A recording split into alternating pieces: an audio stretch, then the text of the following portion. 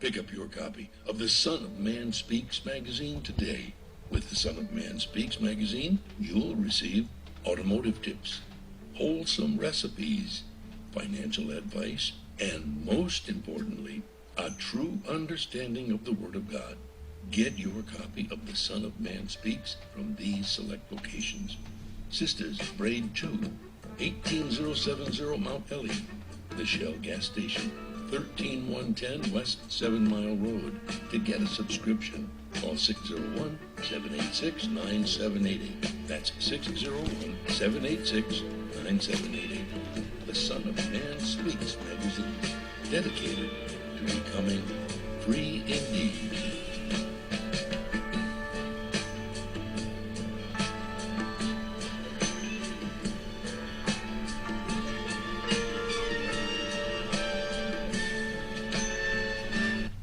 Attention, brothers and sisters, viewers and listeners, now available. Your Son of Man Speaks magazine digital subscription. Your digital subscription to the Son of Man Speaks magazine will also include our monthly e-newsletter, both delivered to your inbox. If you have any questions regarding the digital magazine subscription or digital newsletter, you may send an email to shabazprinting@thenewnationofislam.com. That's shabazprinting@thenewnationofislam.com.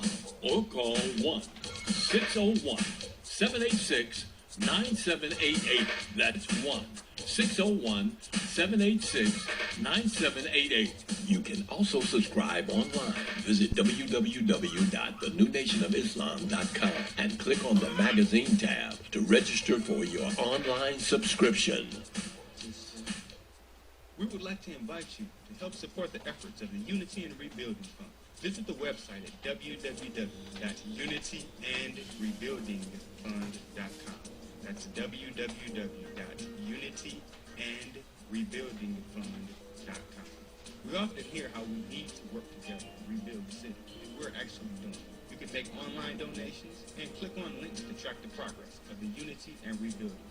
And for more information, 313-868-0000 is a local number. Again, 313-868-0000. Support the Unity and Rebuilding. To make your online tithes, offerings, donations, gifts to the Son of Man through Cash App, make your payment to $New Nation of Islam. That's $New Nation of Islam.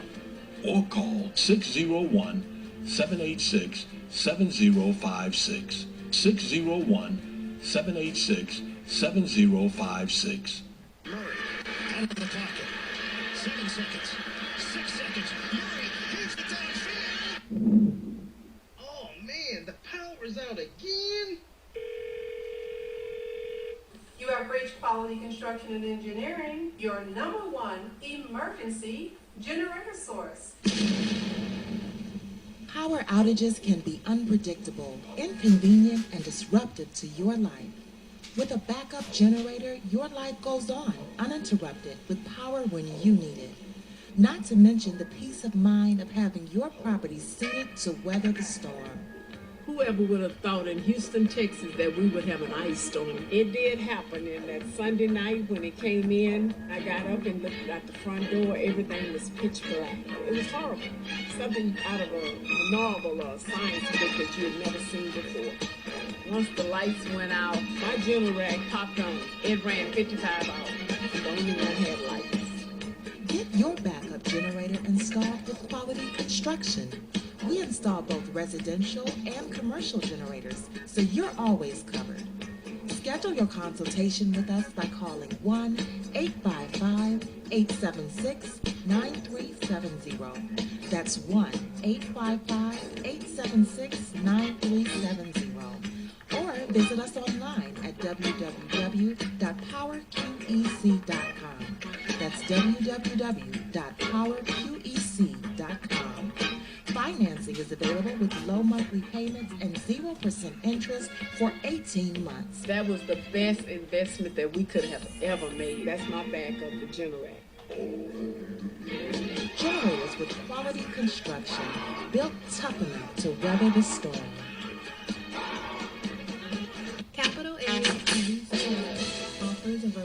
landscaping services catered to your land development needs. We offer landscape design, residential design, land planning, mapping and consulting services, and more. We have over 20 years of design and land planning experience. CAPS LLC offers services to developers, builders, architects, surveyors, contractors, government agencies, and private landowners. Feel free to contact us to find out which services are available in your area. You may reach us at 601-326-2966. That's 601-326-2966. You can also visit us on the web at www.capsllconline.com. Let us put on our thinking hats to serve your land development needs. I just used your other one though today because it was, look, it did 2 drips and I was like, oh, I can use my umbrella. My homegirl was talking about it and I'm like, don't talk about it. With our umbrellas, our customers are turning a drab day into a fab day. After all, representation matters. In other words, rain or shine, we've got you covered. Introducing Designs by Deej, your one-stop gift shop for all things handmade and unique. Our products range from our most popular umbrellas, blanket and pillow sets, handmade coasters, and other statement pieces that showcase the beauty of our melanin and natural hair in a beautiful and empowering way. You can find our brand at the sister shop locations in New Jersey and Atlanta, Georgia, or you can visit our website, www.designsbydeej.com. Again, that's www.designsbydeej.com.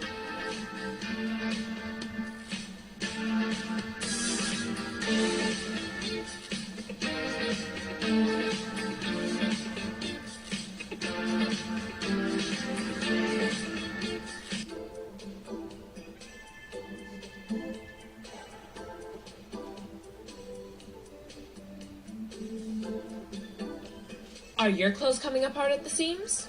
Universal Seamstress and Tailoring has got you covered.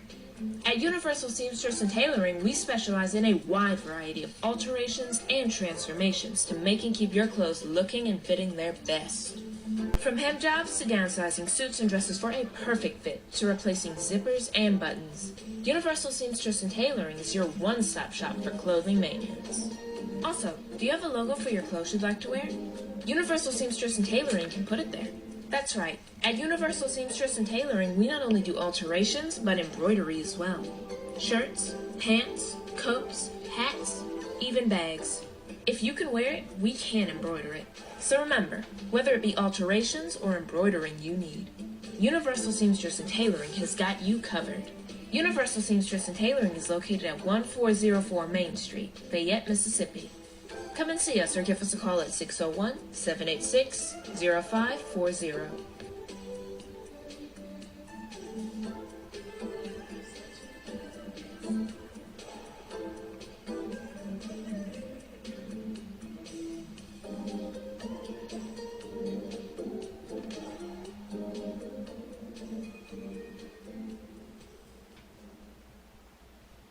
We love Detroit. We are at where? Hey, Larry, we are right here on Mount Elliott in Detroit at Sisters Braid 2 Hair Salon. I'm talking. Come on, please, this place. It looks like Beverly Hills or something. Absolutely beautiful. You guys know I wear my braids. Larry's gonna buy me something. It's gonna be a hairdo, guys. It's gonna be my hair today. Eight braids.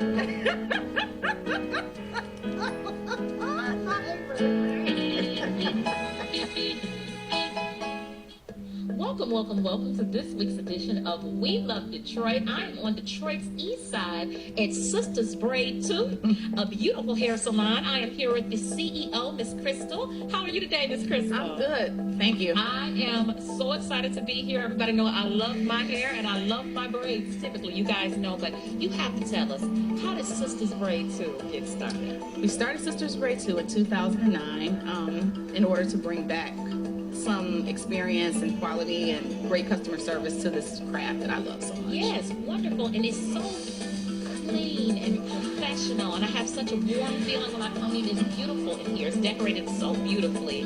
What made you come and choose this spot right in the heart of Detroit, Detroit East Side? What made you come? Well, we have this building and we just wanted to do something with it. It's a collective effort from the New Nation of Islam. And we came in and they allowed me to decorate it and set up like I wanted to.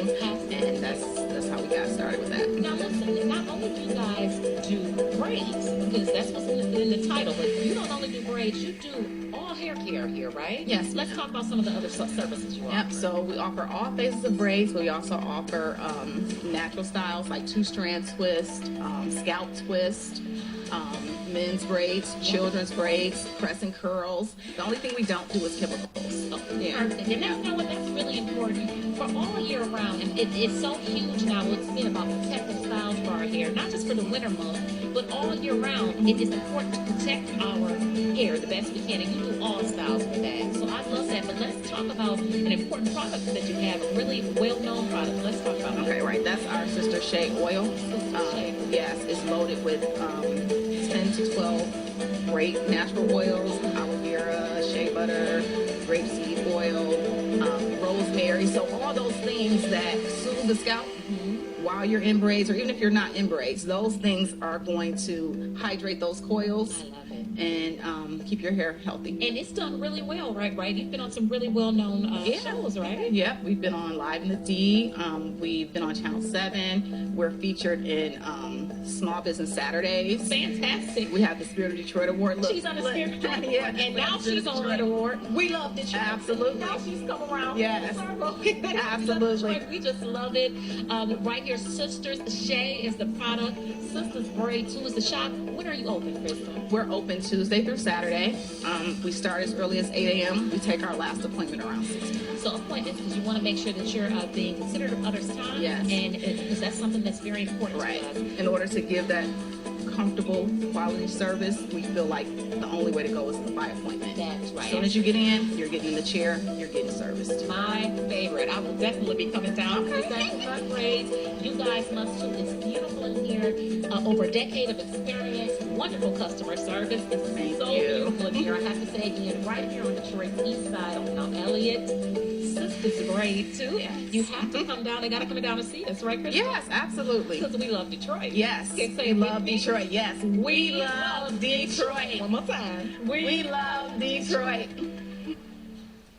Hey, another show, JJ. Larry, wasn't that so nice? It was fascinating. You know, it's amazing what people can do when they put their mind to it. Absolutely, especially in this beauty industry. You guys have to make sure to come on down to Sisters Braid too. It's a jewel. Yeah. In my own neighborhood. Larry didn't buy me a style today, but at least I got an appointment for next time. Okay, you're smart. All the time. See you next week. SOS Graphic Design provides agency-quality professional graphic design services from established companies to startups and individuals, creating a simple logo to complete rebranding and delivering visual communication with print media.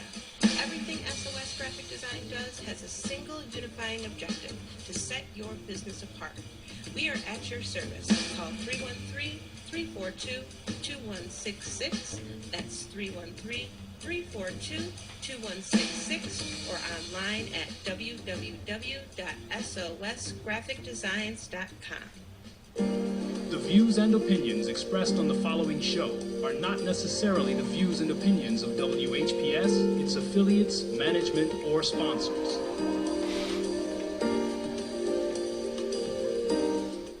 Brothers and sisters, are you tired of reading the Holy Scripture and not really understanding what you read? And if you're reasonably sure, have you ever tested that what you feel you know with someone that has a different view than your own? Then let's talk with one another. Then let's reason with one another on a Scriptural Discussion with the Son of Man every Wednesday at 9 p.m., Friday at 9 p.m., and Sunday at 12 noon. On WHPR TV Detroit Live, 88.1 FM WHPR, and Comcast Cable. Why don't you call and discuss the Holy Bible? And if you have one, the Holy Quran, and come to an agreement about the Holy Scriptures and their true meaning.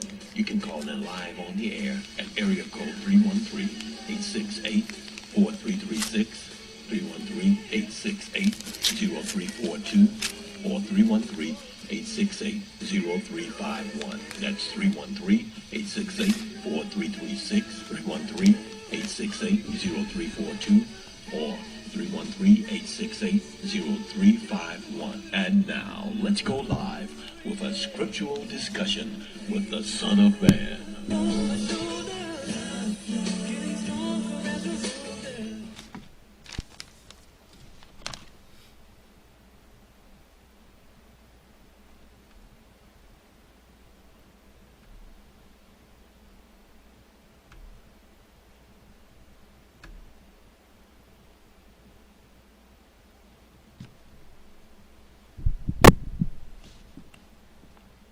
In the name of Allah, the Beneficent, the Most Merciful, the Truthful, and the Most Just.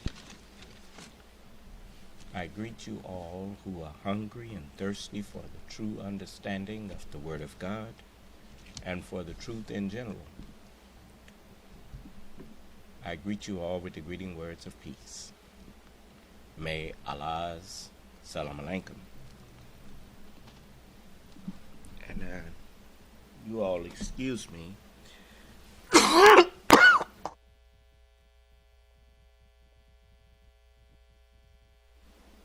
Got this virus in me, and so I'm dealing with it. Now, before I get started, I want to give those who may have disagreements or something that they want to share with us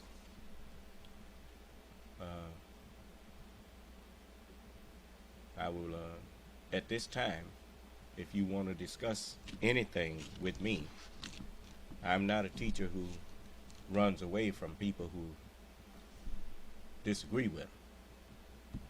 I'm here to convert people.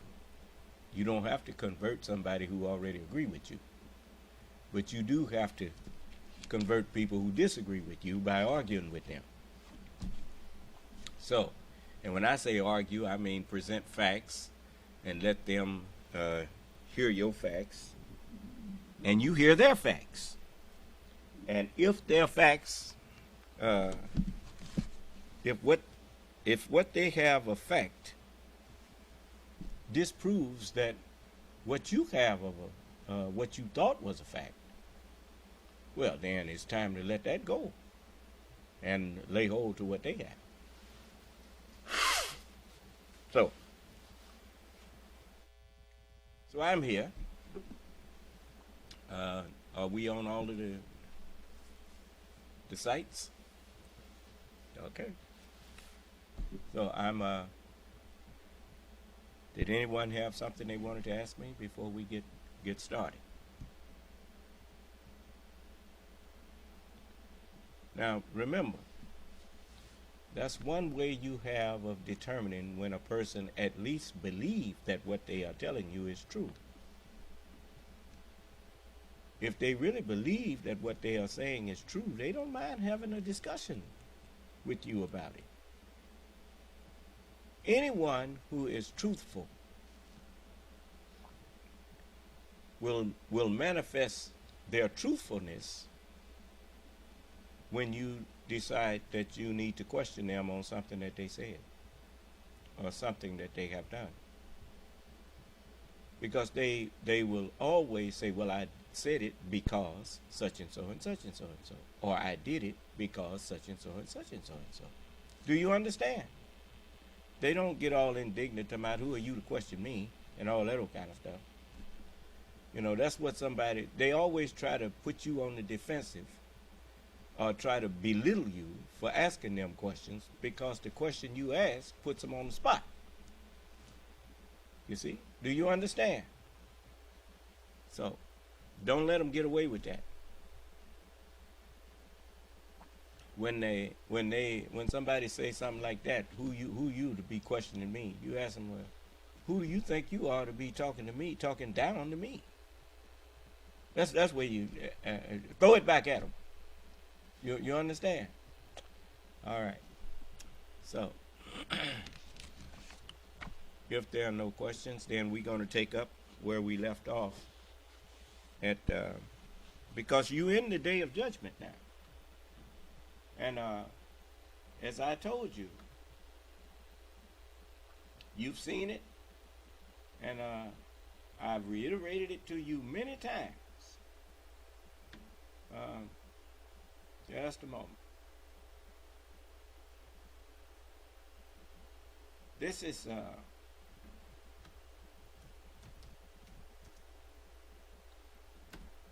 in the book of Matthew, the 12th chapter.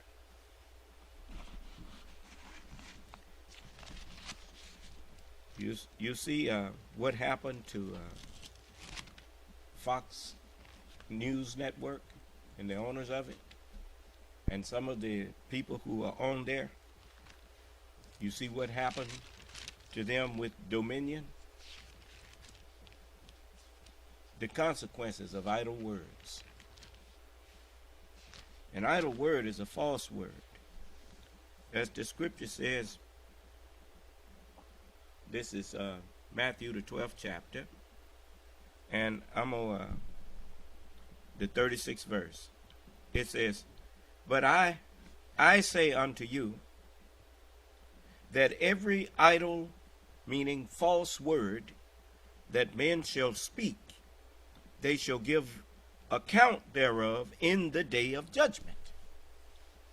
Now, if you don't believe this is the day of judgment, why are so many people getting in trouble for lying?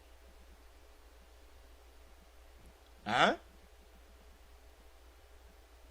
Regardless to whether you believe I'm the Son of Man or not, you got people bearing witness. I remember the messenger taught us, he said, what will make you know when it's the day of judgment? He said, when everything tells the truth on itself. Them boys, the goon squad, they bore witness against themselves. Didn't they plead guilty? So, I mean, this is you think you in control of something. No, Allah is in control. You remember the Holy Quran says everyone submits to Allah willingly or what? Unwillingly.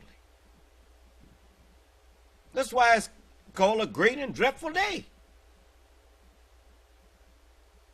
No, you're not going to get away with lying. Now your lies are going to get you what you deserve. This is a day on which the truthful will profit from their truth. That's right. That's letting you know that this is a day where liars are going to be punished for their lies. So, I warned you. It ain't my fault because you didn't listen. But here we go. This is Action 74 of the indictment that was brought against Donald Trump and others. Matter of fact, Donald Trump and 17 other people in Georgia. Action 74. On or about the 13th day of December 2020, unindicted co-conspirator individual 9, whose identity is known to the grand jury, sent a text message to David James Schaefer and confirmed that he and unindicted co-conspirator individual 13, whose identity is known to the grand jury, would attend the December 14th, 2020 meeting of Trump presidential elector nominees in Fulton County, Georgia. This was an overt action in furtherance of the conspiracy to overthrow the United States government. Action 75. on or about, see, understand something. When you decide that you will just push aside the Constitution, now you're in the government now, after taking an oath to uphold and defend the Constitution of the United States. Why do they take the oath to that? It don't even say to defend the United States. It said to defend the Constitution of the United States. I didn't hear you. Why? Because it is the Constitution that constitutes the United States as a single united nation. Take away the Constitution and you have no government. Did you hear me? So to push aside, to be in the government and push the Constitution aside is to attempt to overthrow the United States government. Okay. That's just like me. If you quote the word of God to me, and I tell you I don't care what that say, we gonna do this. So I've decided to overthrow heaven. What?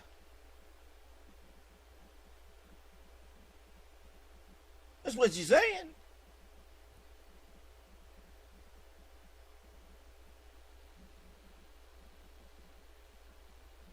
For the word of God is the kingdom of heaven. Just like the books of medicine are the kingdom of medicine.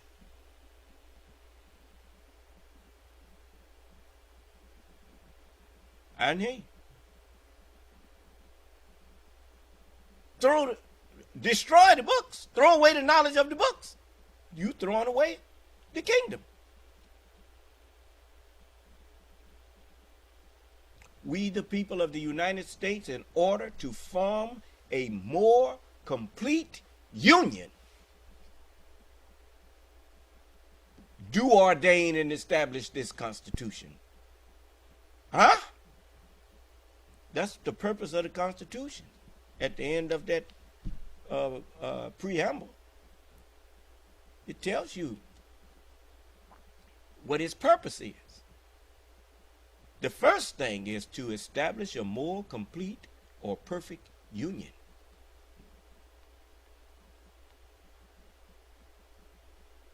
So,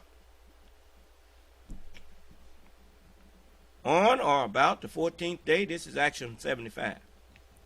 On or about the 14th day of December 2020, Donald John Trump caused to be tweeted from the Twitter account @RealDonaldTrump. Quote, "What a fool Governor at Brian Kemp, GA, of Georgia is." He called Brian Kemp a fool. He says,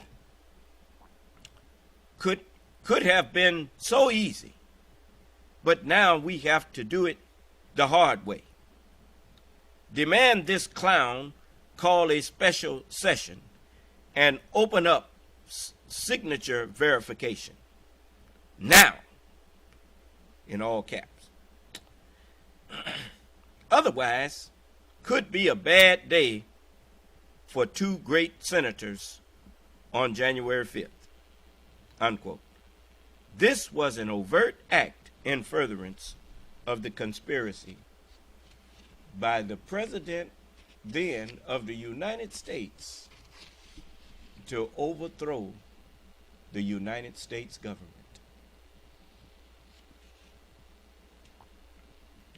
And call Brian Kemp a fool for not helping him.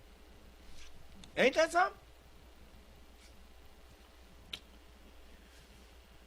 Action 76. On or about the 14th day of December 2020, David James Schaefer sent a text message to unindicted co-conspirator individual 4, whose identity is known to the grand jury, that stated, quote, "Listen, tell them to go straight to room 216 to avoid drawing attention to what we are doing. Think over that. What they hiding for if they doing something that ain't wrong? Don't want to draw attention to what we're doing. Huh? Okay. In reference to the December 14th, 2020 meeting of Trump presidential elector nominees in Fulton County, Georgia, this was an overt action in furtherance of the conspiracy to overthrow the United States government. On or about the 14th day of December 2020, Michael A. Roman sent an email to unindicted co-conspirators individual 4 and individual 7, whose identities are known to the grand jury, and stated, quote, "Please send me an update as soon as the state electoral college has adjourned and all paperwork is secured," unquote. This was an overt action in furtherance of the conspiracy to overthrow the United States government. Action 78. On or about the 14th day of December 2020, Ray Stallings Smith III and David James Schaefer encouraged certain individuals present at the December 14th, 2020 meeting of Trump presidential elector nominees in Fulton County, Georgia, to sign the document titled, quote, "Certificate of the Votes of the 2020 Electors from Georgia," unquote. This was an overt action in furtherance of the conspiracy to overthrow the United States government. Action 79. On or about the 14th day of December 2020, David James Schaefer, Sean Micah Tresher Steele, Kathleen Alston Latham, and an unindicted co-conspirator, individual 2, individual 8, and individual 9, individual 10, individual 11, individual 12, individual 13, individual 14, individual 15, individual 16, individual 17, individual 18, and individual 19, whose identities are known to the grand jury, committed the felony offense of impersonating a public officer in violation of OCGA, subsection, South Section 16-10-23 in Fulton County, Georgia, by unlawfully, falsely holding themselves out as the duly elected and qualified presidential electors from the state of Georgia, public officers, with intent to mislead the President of the United States Senate, the Archivist of the United States,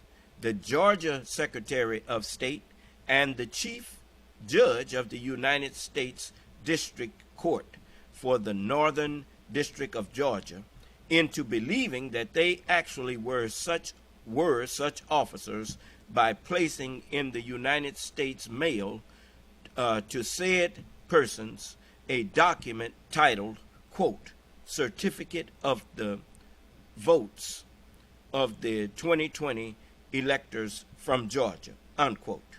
They used the mail to commit the act, too. And it says this was an act of racketeering activity under OCGA, South Section 16-4-3, parenthesis 5, parenthesis A, parenthesis Roman numeral 23, and an overt action in furtherance of the conspiracy to overthrow the United States government. Action 80.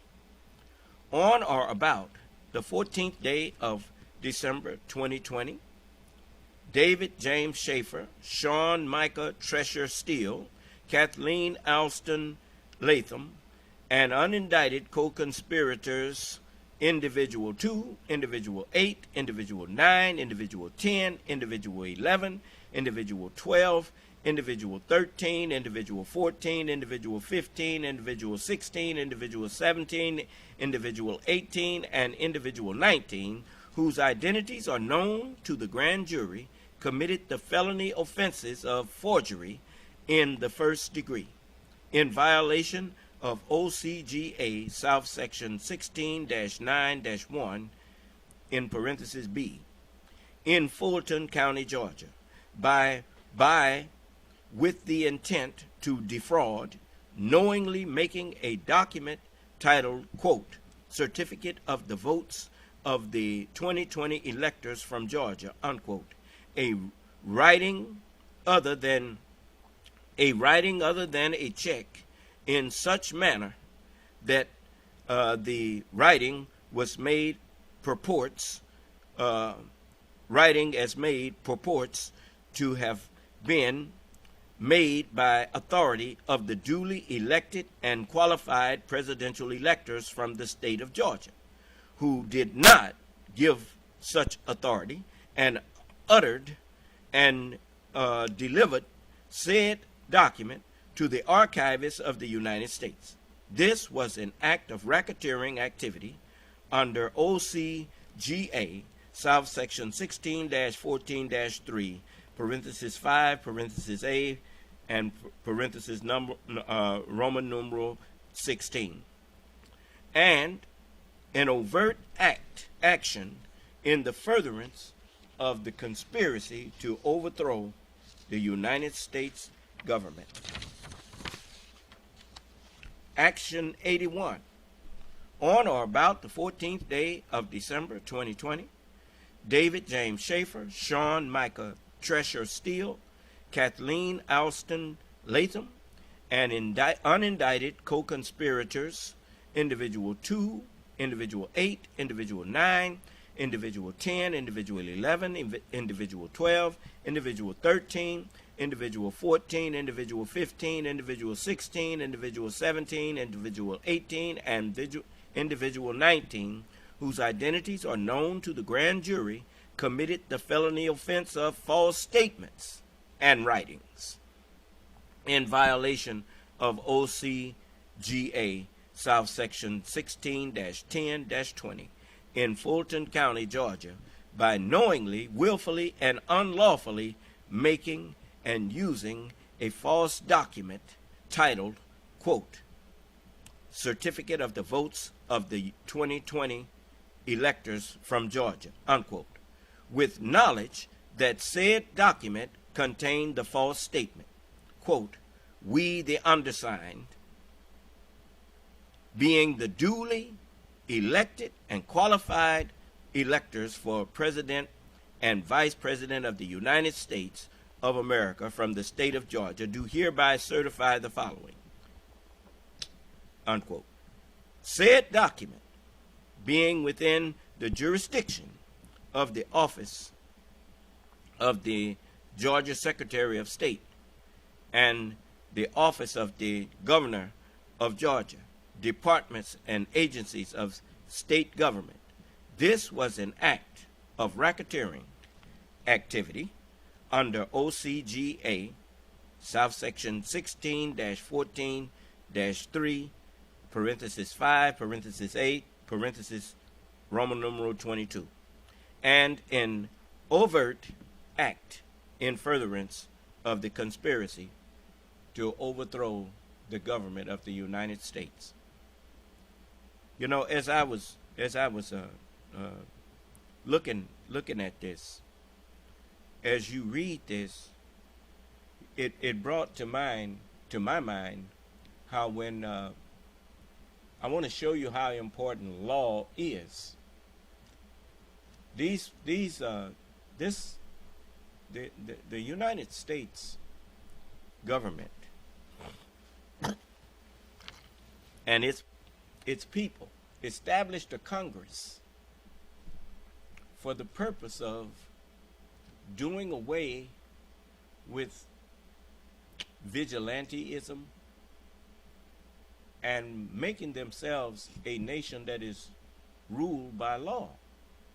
That's why that song, that song, America, the Beautiful, the words of that verse that says, "Oh, beautiful people freed in liberating strife, who more than self their country loved, and mercy more than life."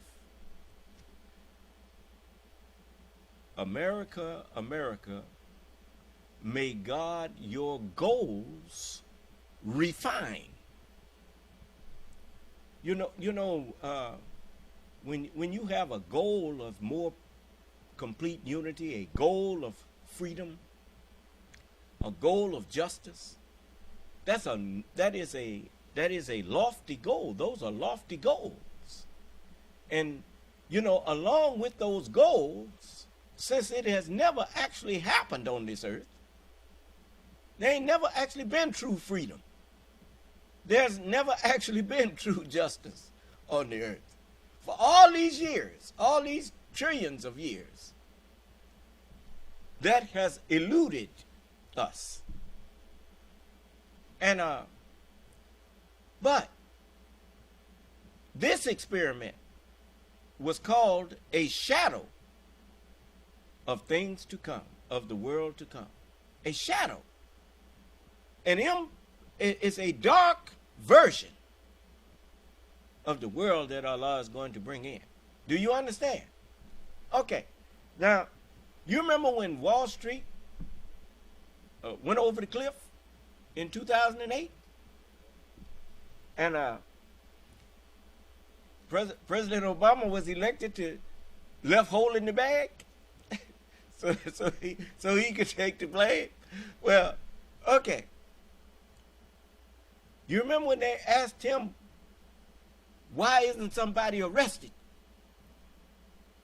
And he said, what they did, what the bankers and all of the people on Wall Street did was unethical and it was immoral. But there was no law against it. I didn't hear you. That's the purpose of Congress. That's so that's part of the refining.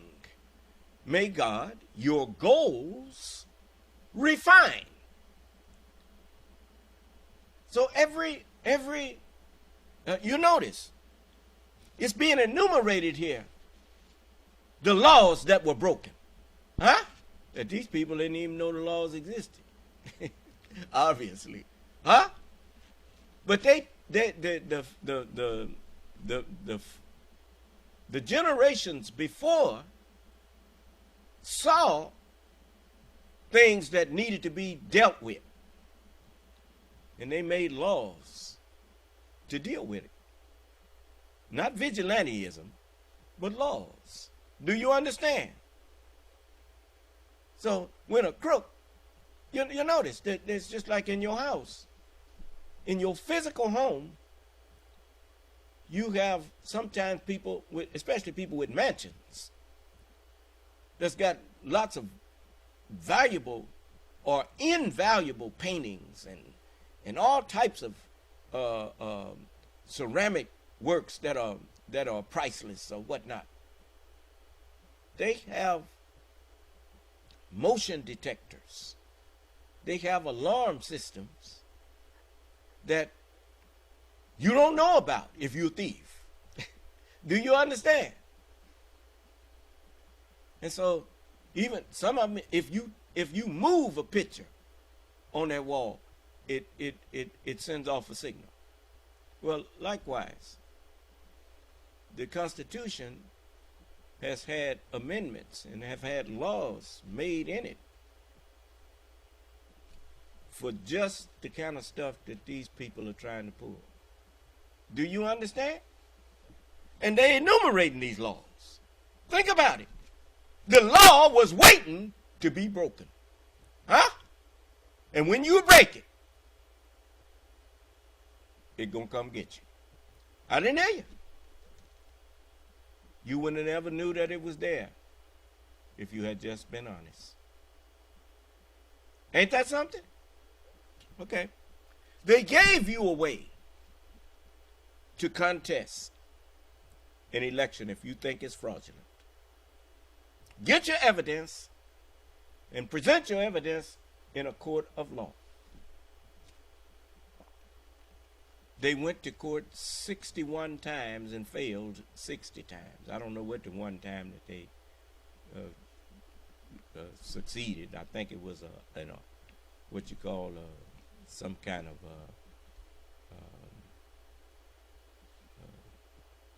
technical thing, and they succeeded in that one. But the 60 of them, when they got in court, the courts threw it back because there was no evidence. They had their day in court and couldn't prove anything. They should have left it alone. Do you understand?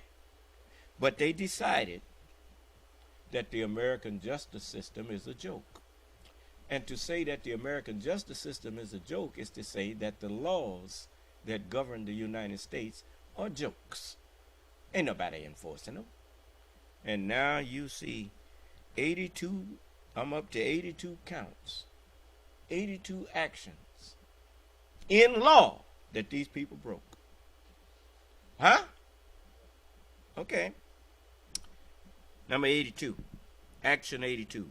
On or about the 14th day of December 2020, David James Schaefer, Sean Michael Tresher Steele, Kathleen Alston Latham, and unindicted co-conspirators, individual 2, individual 8, individual 9, individual 10, individual 11. You notice they call them individuals. They don't call them the people. They call them individuals. I didn't hear you. You see. Individual 11, individual 12. What is an individual?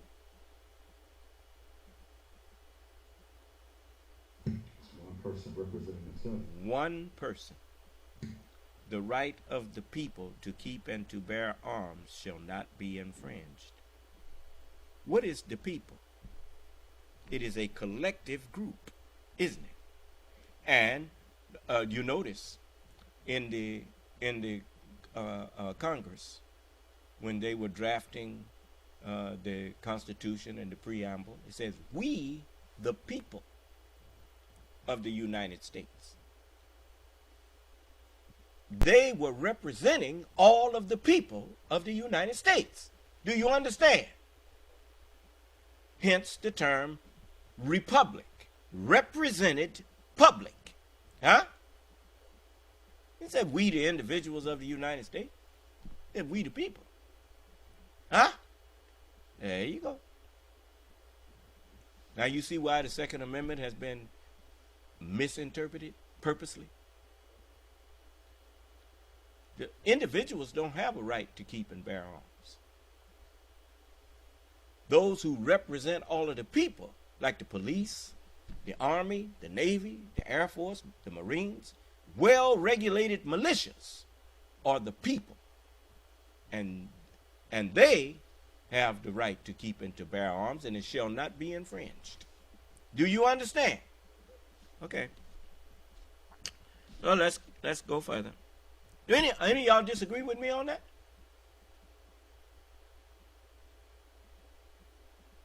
Come on now, y'all been out there huffing and blowing and going on about that Second Amendment thing, man.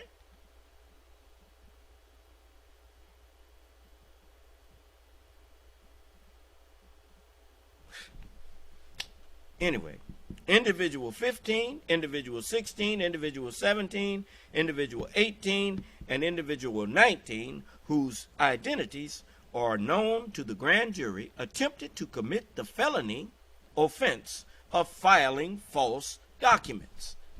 See, filing false documents, that's the offense. Huh? In violation of OCGA, South Section 16-10-20, point 1, parenthesis B, parenthesis 1, in Fulton County, Georgia, by placing the United States mail, placing in the United States mail a document titled Certificate, quote, Certificate of the Votes of the 2020 Electors from Georgia, unquote, addressed to Chief Judge, U.S. District Court, Northern District of Georgia, 2188 Richard D.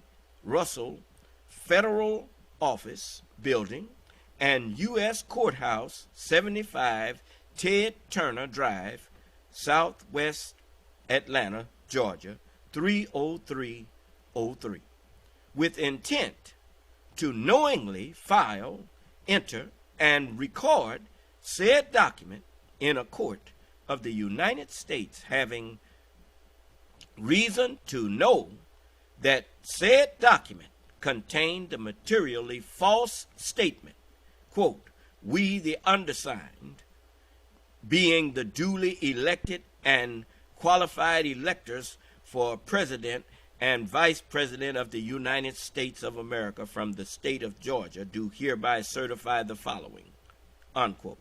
This was an act of racketeering activity under OCGA South Section 16 through 4-14-3, parenthesis 5, parenthesis A, parenthesis Roman numeral 22, and in an overt action in furtherance of the conspiracy to overthrow the United States government. On or about, this is Action 83, on or about the 14th day of December 2020. Boy, they was busy on the 14th of December, wasn't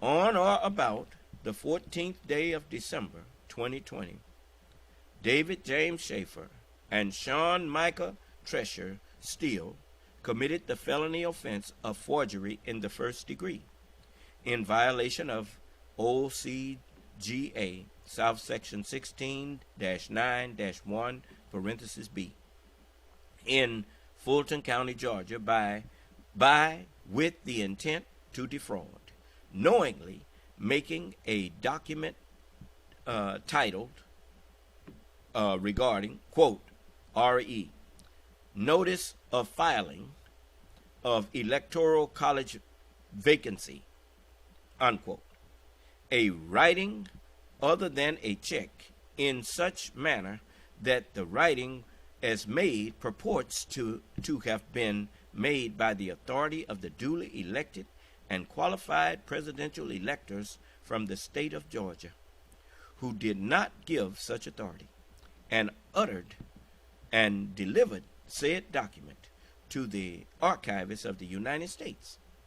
This was an act of racketeering activity under OCGA South Section 16-14-3, parenthesis 5, parenthesis A, and parenthesis Roman numeral 16, and an overt action in furtherance of the conspiracy to overthrow the United States government.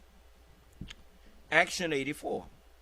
On or about the 14th day of December 2020, David James Schaefer and Sean Micah Treasure Steele committed the felony offense of false statements and writings in violation of OCGA South Section 16-10-20 in Fulton County, Georgia, by knowingly, willfully, and unlawfully making and using a false document titled, quote, RE, notice of filing of electoral college vacancy, unquote, with knowledge that said document contained the false statements that David James Schaefer was chairman of the 2020 Georgia Electoral College meeting, and Sean Michael Tresher Steele was secretary of the 2020 Georgia Electoral College meeting, said document being within the jurisdiction of the Office of the Georgia Secretary of State and the Office of the Governor of Georgia, departments and agencies of state government. This was an act of racketeering activity under OCGA, South Section 16-14-3, parenthesis 5, parenthesis A, parenthesis Roman numeral 22, and an overt action in furtherance of the conspiracy to overthrow the United States government. Action 85. On or about the 14th day of December 2020, David James Schaefer instructed unindicted co-conspirator individual 15, whose identity is known to the grand jury, to deliver to the office of the governor of Georgia a document signed by David James Schaefer and Sean Micah Tresher Steele, titled R.E., quote, R.E., colon, Notice of Filing of Electoral College Vacancy, unquote. The document contained multiple false statements. This was an overt action in furtherance of the conspiracy.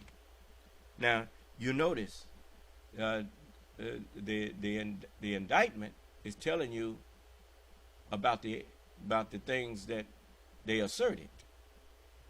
It ain't showing you what it is. You see that in court. Do you understand? Action 86. On or about the 14th day of December 2020, unindicted co-conspirator individual 4, whose identity is known to the grand jury, sent an email to Michael A. Roman. Excuse me.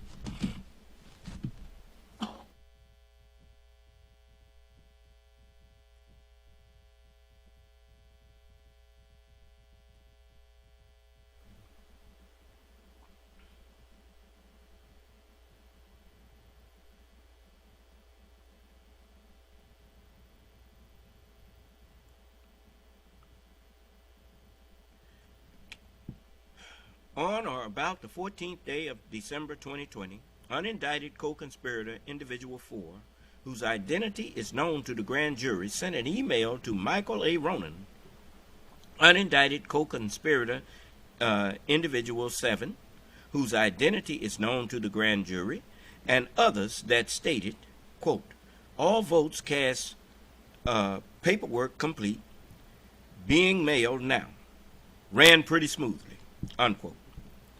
In reference to the December 14, 2020 meeting of Trump presidential elector nominees in Fulton County, Georgia. This was an overt action in furtherance of the conspiracy to overthrow the United States government. Action 87.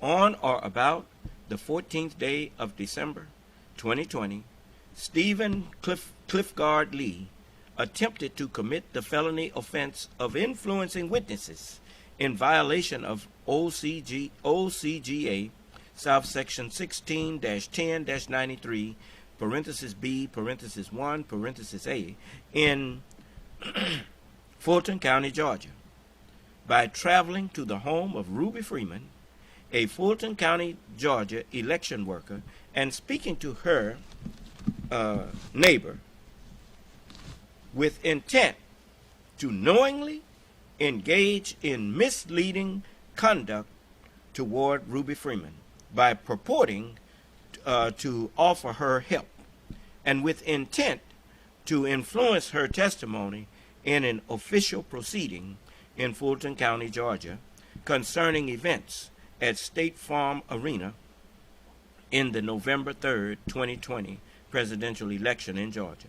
This was an act of racketeering activity pursuant to OCGA, South Section 16-14-3, parenthesis 5, parenthesis A, parenthesis Roman numeral 27, and an overt action in furtherance of the conspiracy to overthrow the United States government.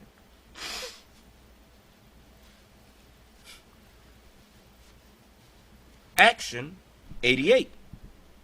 On or about the 15th day of December 2020, Stephen Clifford Lee attempted to commit the felony offense of influencing witnesses in violation of OCGA South Section 16-10-93, parenthesis B, parenthesis 1, parenthesis A, in Fulton County, Georgia, by traveling to the home of Ruby Freeman, a Fulton County, Georgia election worker, and knocking on her door with intent to knowingly engage in misleading conduct toward Ruby Freeman by purporting to offer her help, and with intent to influence her testimony in an official proceeding in Fulton County, Georgia, concerning events at State Farm Arena in the November 3rd, 2020 presidential election in Georgia. This was an act of racketeering activity pursuant to OCGA South Section 16-14-3, parenthesis 5, parenthesis A, parenthesis Roman numeral 27, and an overt act in furtherance of the conspiracy to overthrow the United States government. On or between the 15th day of December 2020 and the 4th day of January 2021, Stephen Clifford Lee solicited Harrison William Prescott Floyd, an individual associated with the organization Black Voices for Trump, to assist with his effort to speak to Ruby Freeman, a Fulton County, Georgia election worker. Stephen Clifford Lee stated to Harrison William Prescott Floyd that Freeman was afraid to talk to Stephen Clifford Lee because he was a white man. These were overt actions in furtherance of the conspiracy to overthrow the United States government. Action 90. On or about the 18th day of December 2020, Donald John Trump met with Rudolph William Louis Giuliani, Sidney Catherine Powell, unindicted co-conspirator individual 20, whose identity is known to the grand jury, and others at the White House. And the individuals present at the meeting discussed certain strategies and theories intended to influence the outcome of the November 3rd, 2020 presidential election, including seizing voting equipment and appointing Sidney Catherine Powell as special counsel with broad authority to investigate allegations of voter fraud in Georgia and elsewhere. This was an overt action in furtherance of the conspiracy to overthrow the United States government. Just a moment. That was action 90. Let me get 91. Yeah. Okay.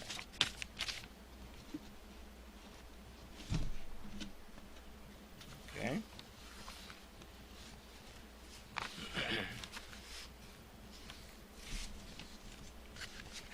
Action 91. Man, this stuff is something, man. Sure as I tell you.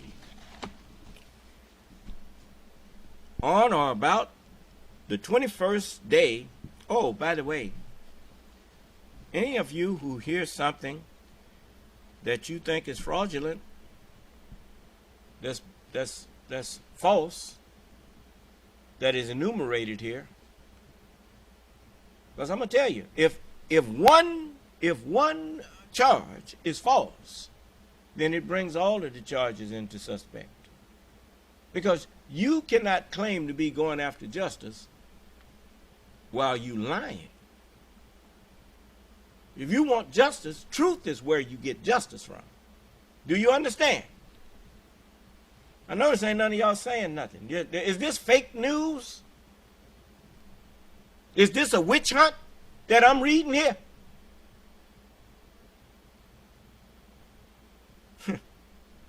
On or about the 21st day of December 2020, Sidney Catherine Powell sent an email to the Chief Operations Officer of Sullivan Strickler Limited Liability Corporation, that's what LLC means, and instructed him that she and unindicted co-conspirators, individual 6, individual 21, and individual 22, whose identities are known to the grand jury, were to immediately, quote, receive a copy of all data, unquote, obtained by Sullivan Strickler LLC from Dominion Voting Systems Equipment in Michigan.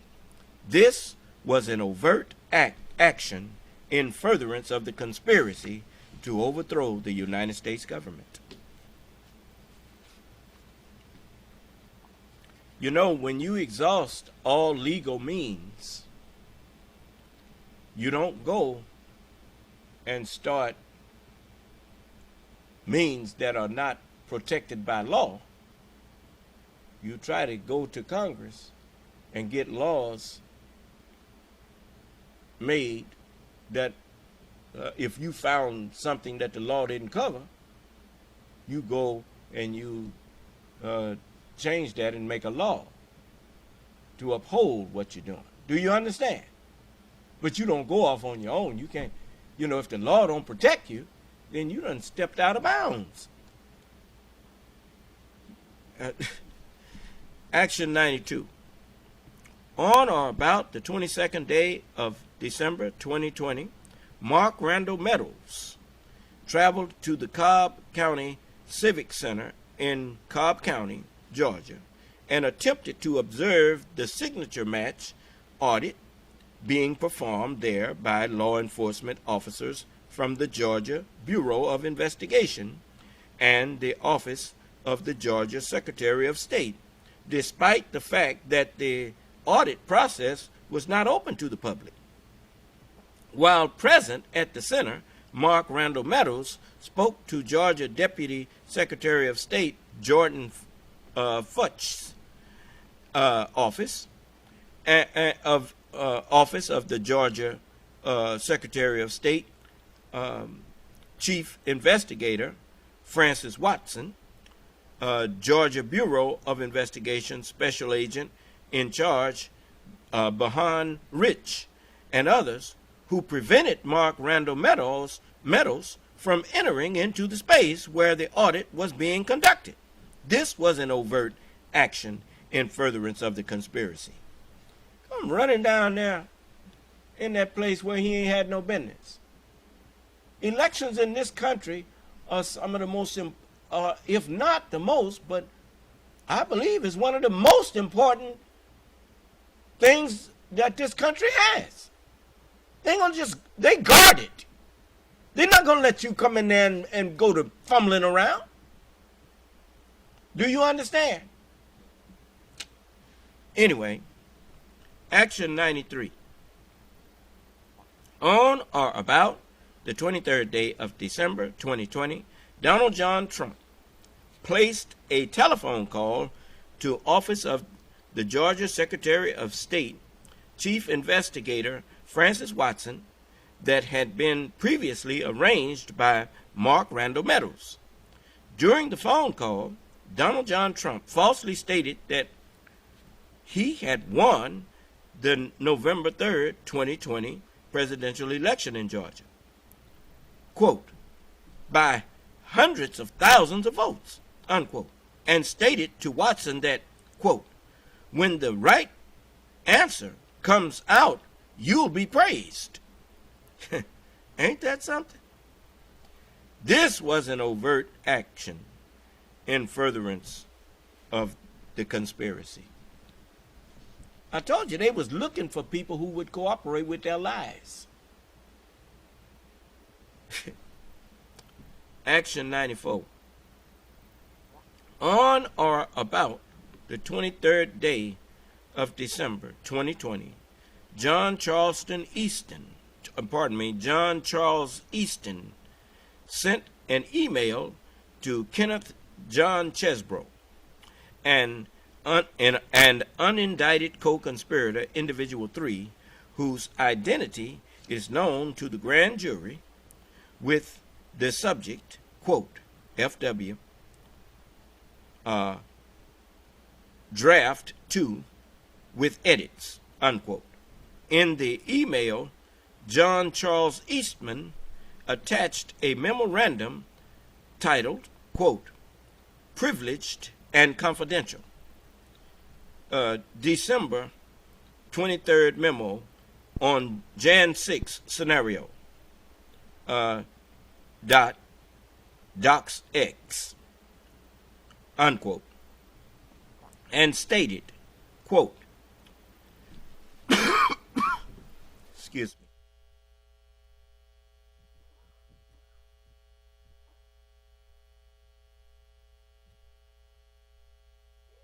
email, quote, in the email, this is not a quote. In the email, John Charles Eastman attached a memorandum titled Privileged and Confidential. December 23rd memo on Jan 6 scenario .docx, end quote, and stated, quote, as for hearings, I think both are necessary. The fact that we have multiple slates of electors demonstrates the uncertainty of either. That should be enough.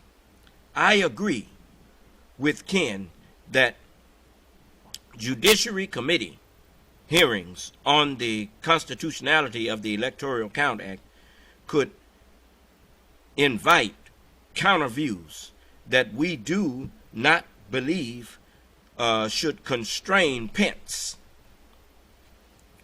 or Grassley in the exercise of power they have under the 12th Amendment. Better for them just to act boldly and be challenged, since the challenge would likely lead to the court denying review on non-judicial political question grounds, unquote. This was an overt action in furtherance of the conspiracy to overthrow the United States government. Action 95. On or about the 25th day of December 2020, Donald John Trump placed a telephone call to Speaker of the Arizona House of Representatives, Rusty Bowers, for the purpose of soliciting, requesting, and importuning Bowers to unlawfully appoint presidential electors from Arizona. During the call, Bowers stated to Trump, quote, I voted for you. I worked for you.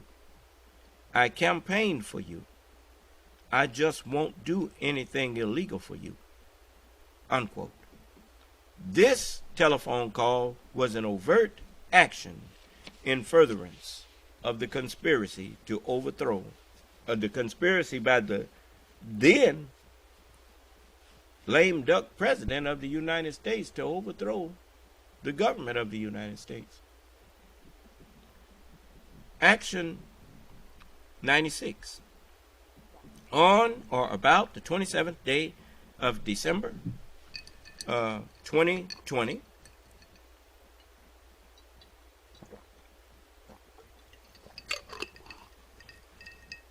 Mark Randall Meadows sent a text message to office of the Georgia Secretary of State, Chief Investigator Francis Watson, that stated in part, quote, is there a way to speed up Fulton County signature verification in order to have results before January 6th? If the Trump campaign assists financially? Ain't that something? Tried to bribe her.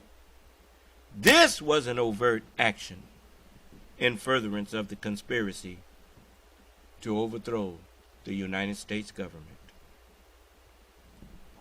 Action number 97.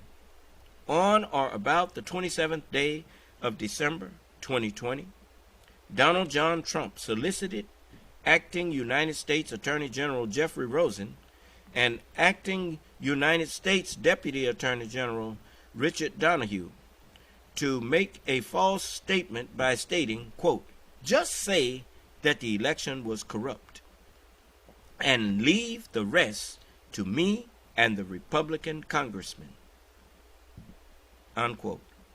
This was an overt action in furtherance of the conspiracy. My question to all of you, while you see this man trying to overthrow the government of the United States, why are you supporting him?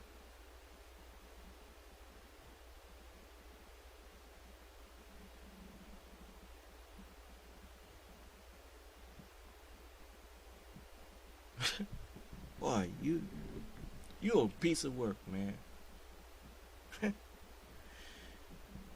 Action 98.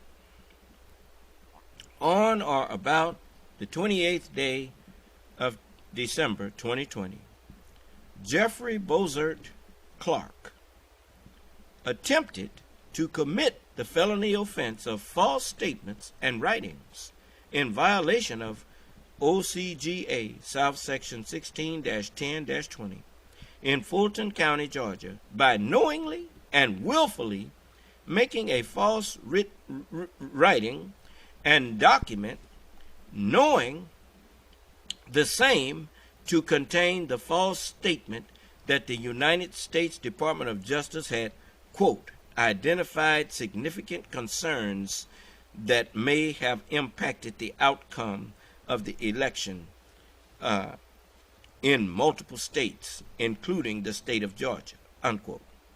Said statement being within the jurisdiction of the Office of the Georgia Secretary of State and the Georgia Bureau of Investigation, departments and agencies of state government and county and city law enforcement agencies.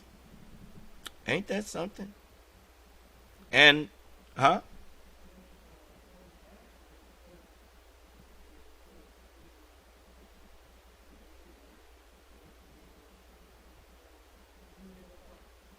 As far as I know, I did. He said, just say that the election was corrupt. And as I said, this man, as I said, this was an overt action by the president of the lame duck president trying to overthrow the government.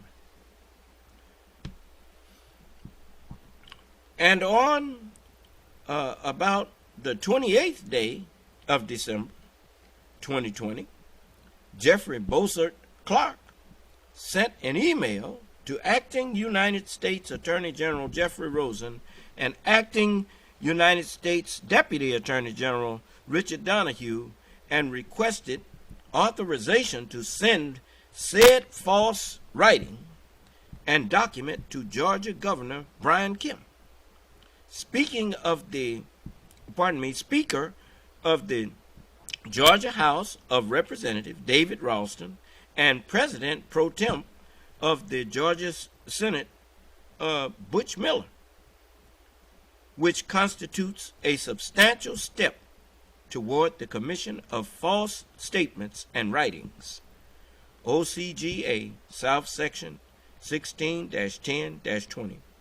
This was an action of racketeering activity under OCGA South Section 16-14-3, parenthesis 5, parenthesis A, parenthesis Roman numeral 22, and an overt action in furtherance of the conspiracy to overthrow the United States government.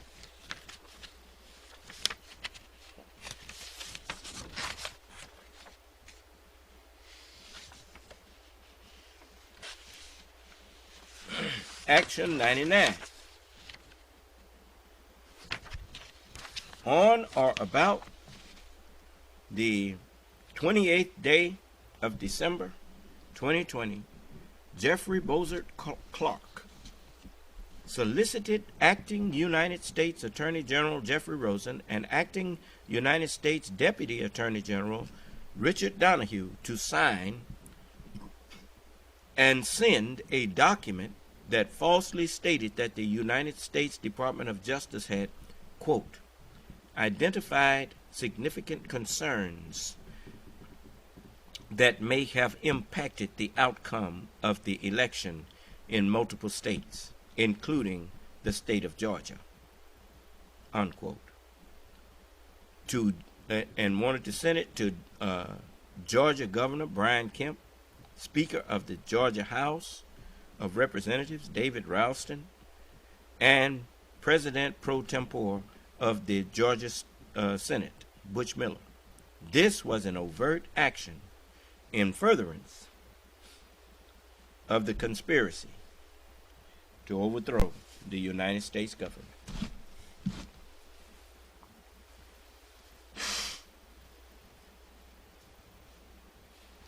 Action 100. On or about the 30th day of December 2020, Donald John Trump caused to be tweeted from the Twitter account @RealDonaldTrump, quote, hearings from Atlanta on the Georgia election overturn now being broadcast. Check it out. At OANN, at Newsmax, and many more. At Brian Kemp, GA, should resign from office. He is an obstructionist who refuses to admit that we won Georgia big. Also won the other swing states, unquote. This was an overt action in furtherance of the conspiracy by the lame duck president Donald John Trump to overthrow the United States government. Action 101. On or about the 30th day of December 2020, Donald John Trump caused to be tweeted from the Twitter account @RealDonaldTrump, quote, hearings from Atlanta on the Georgia election overturned now being broadcast live via at RSBN network, HTTPS or whatever, you know. This was an overt action in furtherance of the conspiracy to overthrow the United States government. Action 102. On or about the 30th day of December 2020, Rudolph William Louis Giuliani, Ray Stallings Smith III, and Robert David Cheeley committed the felony offense of solicitation of violation of oath by public officer in violation of OCGA, South Section 16-4-7 and South Section 16-10-1 in Fulton County, Georgia, by soliciting, requesting, and importuning certain public officers then serving as elected members of the Georgia Senate and present at a Senate Judiciary Subcommittee meeting, including unindicted co-conspirator individual 8, whose identity is known to the grand jury, Senators Brandon Beach, Bill Heath, William William Ligon,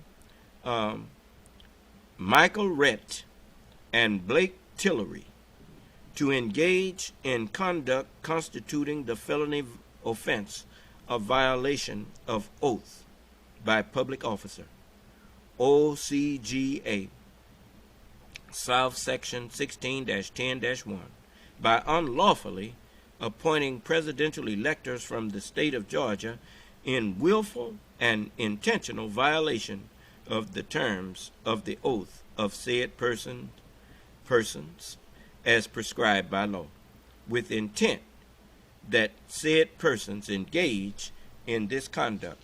This was an overt action in furtherance of the conspiracy to overthrow the United States government. Action 103. On or about the 30th day of December 2020, Rudolph William Louis Giuliani committed the felony offense of false statements and writings in violation of OCGA, South Section 16-10, 16-10-20 in Fulton County, Georgia, by knowingly, willfully, and unlawfully making at least one of the following false statements and representations to members of the Georgia Senate present in a Senate Judiciary Subcommittee meeting. 1. That Fulton County election workers fraudulently counted certain ballots, as many as 5 times at State Farm Arena on November 3rd, 2020. 2. That 2,560 felons voted illegally in the November 3rd, 2020 presidential election in Georgia. And 3, that 10,315 dead people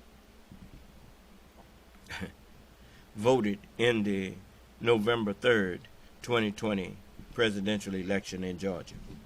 Said statements being within the jurisdiction of the Office of the Georgia Secretary of State and the Georgia Bureau of Investigation, departments and agencies of state government, and county and city law enforcement agencies.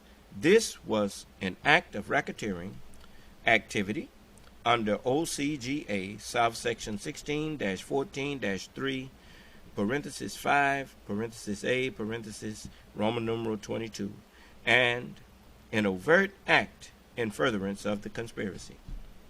Action 104. On or about the 30th day of December 2020, Ray Stallings Smith III committed the felony offense of false statements and writings in violation of OCGA South Section 16-10-20 in Fulton County, Georgia, by knowingly, willfully, and unlawfully making at least one of the following false statements and representations to members of the Georgia Senate present at a Senate Judiciary Subcommittee meeting. 1.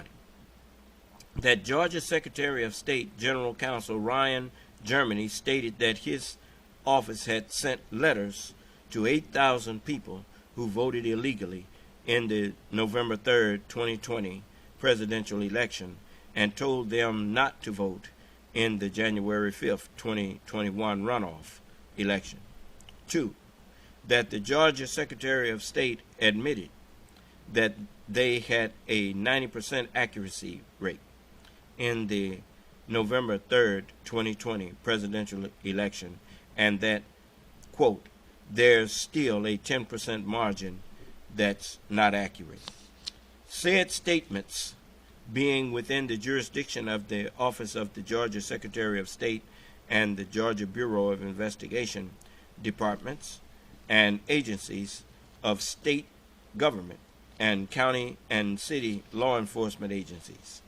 This was an act of racketeering activity under OCGA, South Section 16-14-3, parenthesis 5, parenthesis A, parenthesis Roman numeral 22, and an overt action in furtherance of the conspiracy to overthrow the United States government.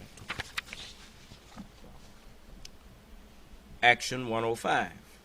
On or about the 30th day of December 2020, Robert David Cheeley committed the felony offense of false statements and writings in violation of OCGA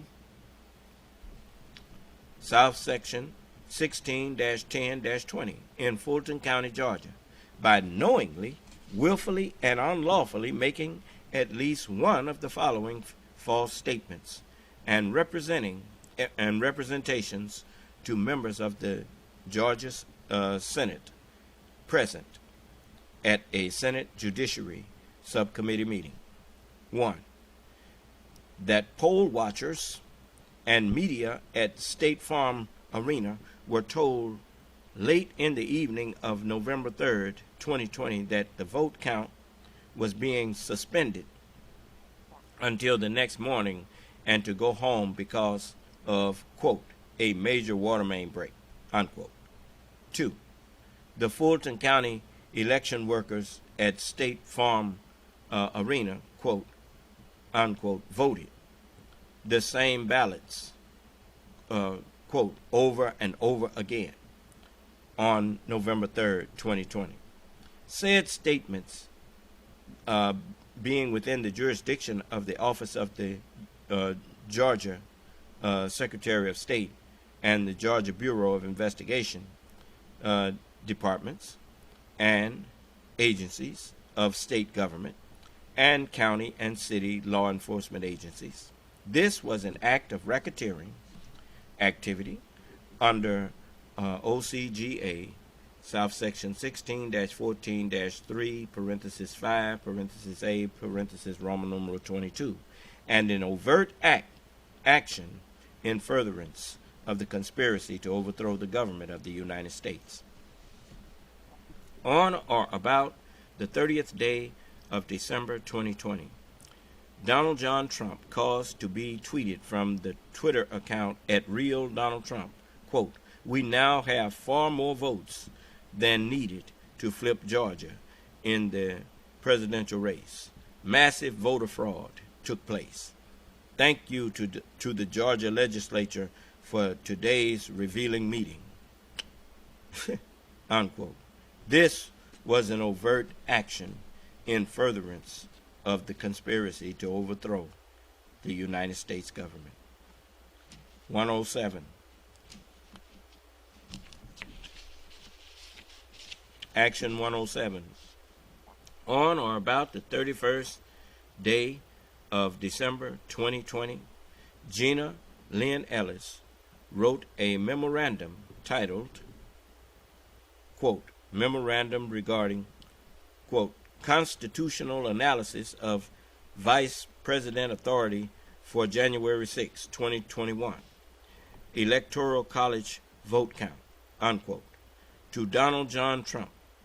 The memorandum outlined a strategy for disrupting and delaying the joint session of Congress on January 6, 2021, the day prescribed by law for counting votes cast by the duly elected and qualified presidential electors from Georgia and the other states, and stated, quote, "The vice president should therefore not open any of the votes," unquote, from 6 states, including Georgia, that were falsely characterized as having, quote, electoral delegates in dispute, unquote.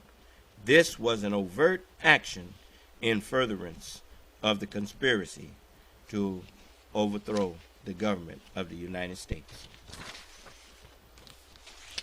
Action 108.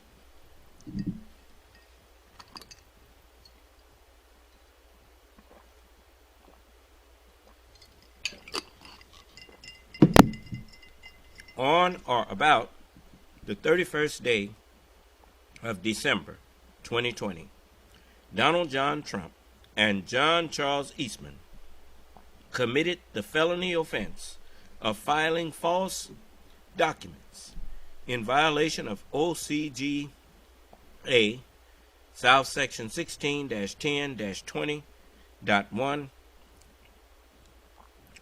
parenthesis B, parenthesis 1, in Fulton County, Georgia, by knowingly filing a document titled, quote, Verified Complaint for Emergency Injunctive and Declaratory Relief, unquote, in the matter of Trump versus Kemp, case 1:20-CV-05310-5HC, pardon me, -MHC,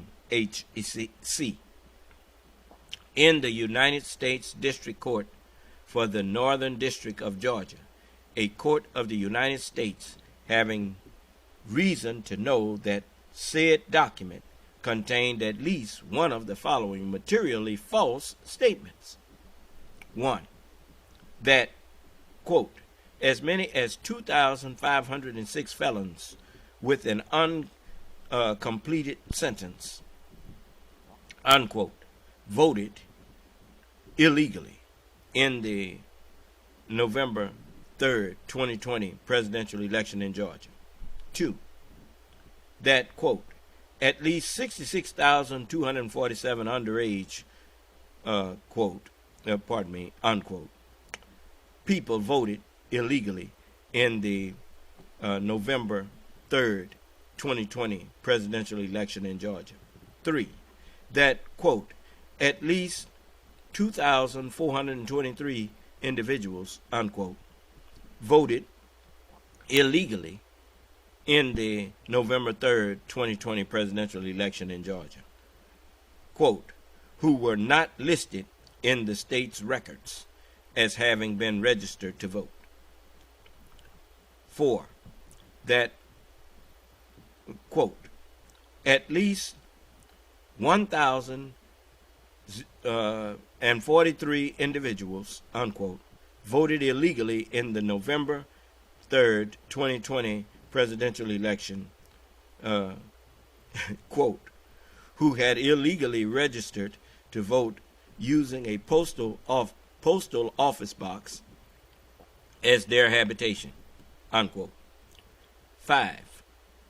That, quote, as many as 10,315 or more, unquote, dead people voted in the November 3rd, 2020 presidential election in Georgia. 6. That, quote, deliberate misinformation was used to instruct Republican poll watchers and members of the press to leave the premises for the night at approximately 10 p.m. on November 3rd, 2020, unquote, at State Farm Arena in Fulton County, Georgia. Earlier in the same day, John Charles Eastman sent an email to attorneys associated with the Trump campaign admitting his knowledge that at least some of the allegations in the verified complaint were not accurate. This filing was an act of racketeering activity under OCGA, South Section 16-14-3, parenthesis 5, parenthesis A, parenthesis Roman number 22, and an overt action in furtherance of the conspiracy to overthrow the United States government. Action 109. On or about the first day of January 2021, Kenneth John Chesbrough sent an email to John Charles Eastman. Stop for a moment.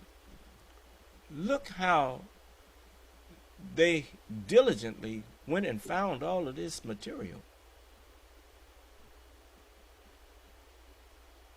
From way back in 2020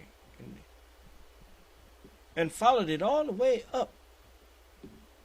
They left a paper trail that of their guilt. And the investigators in Georgia along with the special counsel for the government in the documents case, special counsel Jack Smith. All of them, they have some brilliant investigation skills.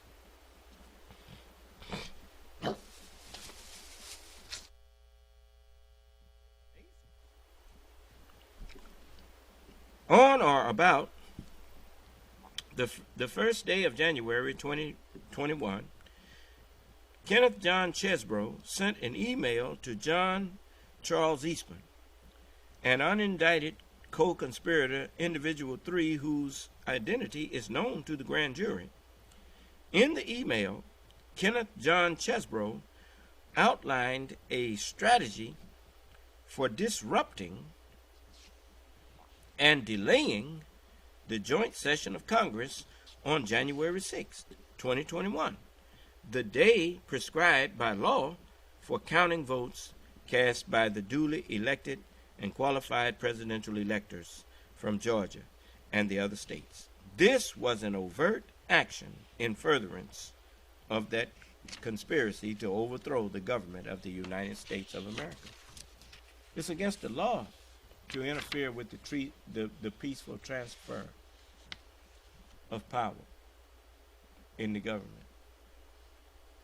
They were scheming to do just that.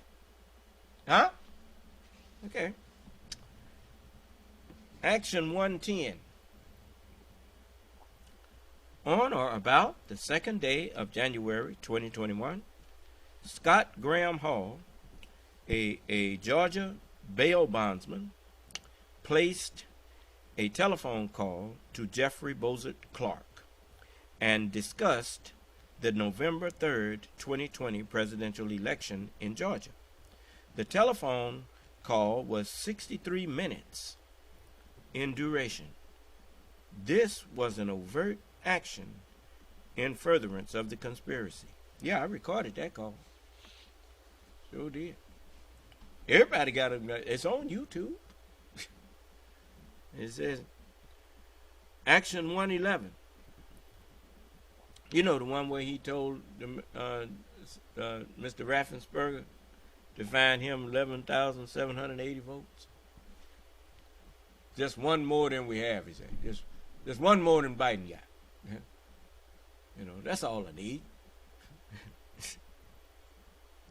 Action 111. On or about the second day of January 2021, Jeffrey Bozert Clark solicited acting United States Attorney General Jeffrey Rosen and acting United States Deputy Attorney General Richard Donahue to sign and send a document that falsely stated that the United States Department of Justice had, quote, identified significant concerns that may have impacted the outcome of the of the election in multiple states, including the state of Georgia. To Georgia Governor Brian Kemp, Speaker of the Georgia House of Representatives David Ralston, and President pro tempore of the Georgia Senate Butch Miller. This was an overt act in furtherance of the conspiracy to overthrow the United States government. Action 112.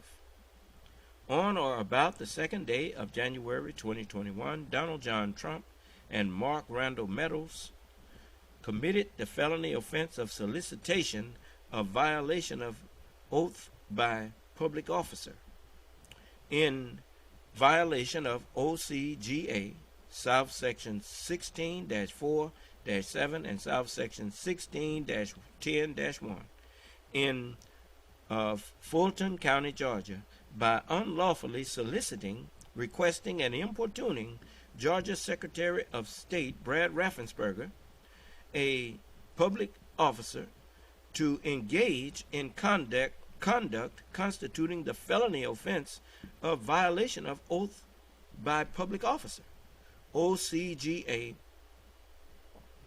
South Section 16-4-7 10-1 by unlawfully altering, unlawfully adjusting, and otherwise unlawfully influencing the certified returns for presidential electors for the November 3rd, 2020 presidential election in Georgia, in willful and intentional violation of the terms of the oath of said person as prescribed by law, with intent that said person engage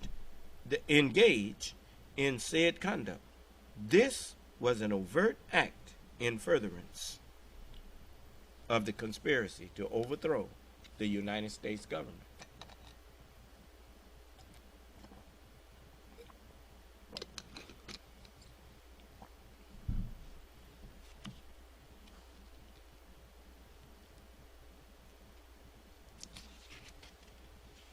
Action 113.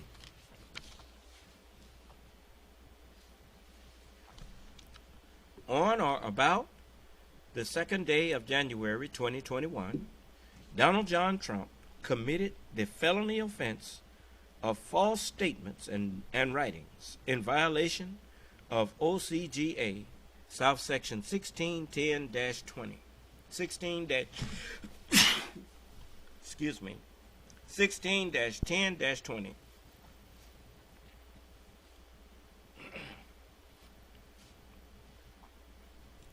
In Fulton County, Georgia, by knowingly, willfully, and unlawfully making at least one of the following false statements and representations to Georgia Secretary of State Brad Raffensperger, Georgia Deputy Secretary of State Jordan Futch, and Georgia Secretary of State General Counsel Ryan Germany.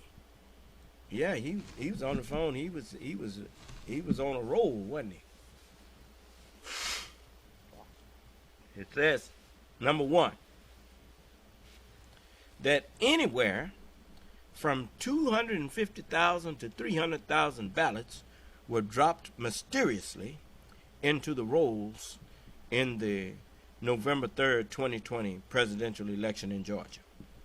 Number two, that thousands of people attempted to vote in the November 3rd, 2020 presidential election in Georgia and were told they could not because a ballot had already been cast in their name. Number three, that 4,502 people voted in the November 3rd, 2020 presidential election in Georgia who were not on the voter registration list.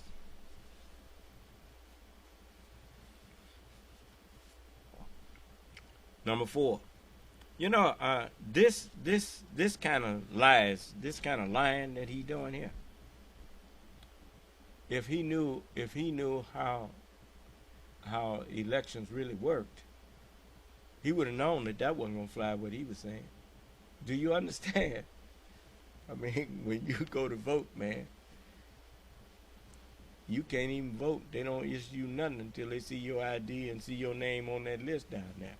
Do you understand?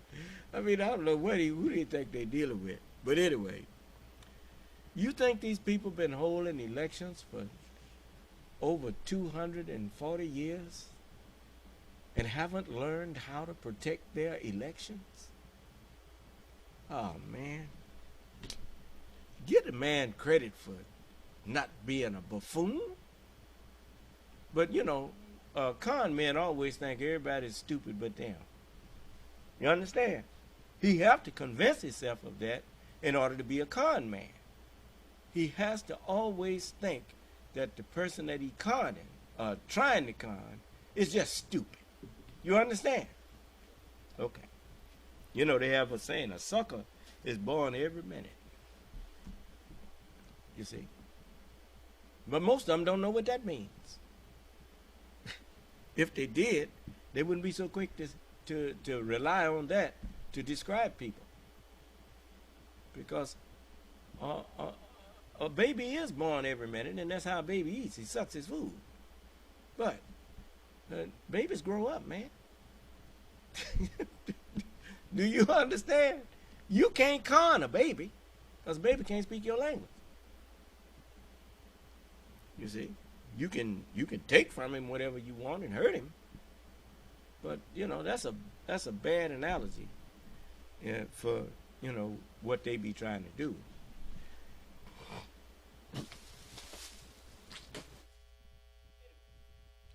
Number 5, that Ruby Freeman was a professional vote scammer and a known political operative.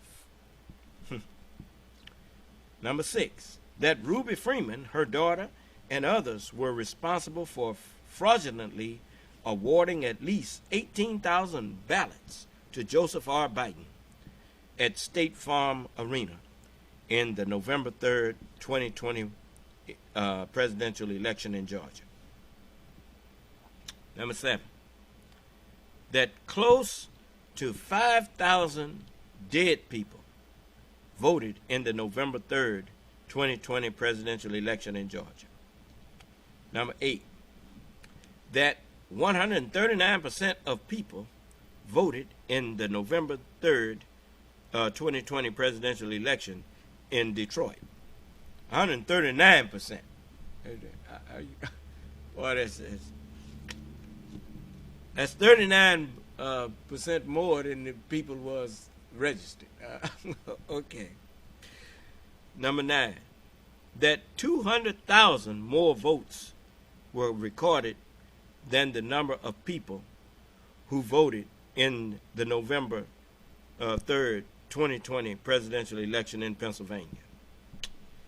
10, that thousands of dead people voted in the November 3rd, 2020 presidential election in Michigan. 11, that Ruby Freeman stuffed the ballot boxes. Boy, he couldn't leave poor Ruby alone, could he? And it says, number 12, that hundreds of thousands of ballots had been, quote, unquote, dumped into Fulton County and another county adjacent to Fulton County in the November 3rd, 2020 presidential election in Georgia. 13, that he won the November 3rd, 2020 presidential election in Georgia by 400,000 votes. Said statements being within the jurisdiction of the Office of Georgia Secretary of State and the Georgia Bureau of Investigation. Remember now, he forgot that the Secretary of State is the one that knows how the vote count went.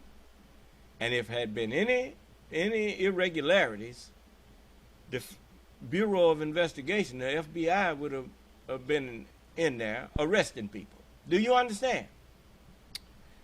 So it says, said statements being within the jurisdiction of the Office of the Georgia Secretary of State and the Georgia Bureau of Investigation, departments and agencies of state government. This was an act of racketeering activity under OCGA,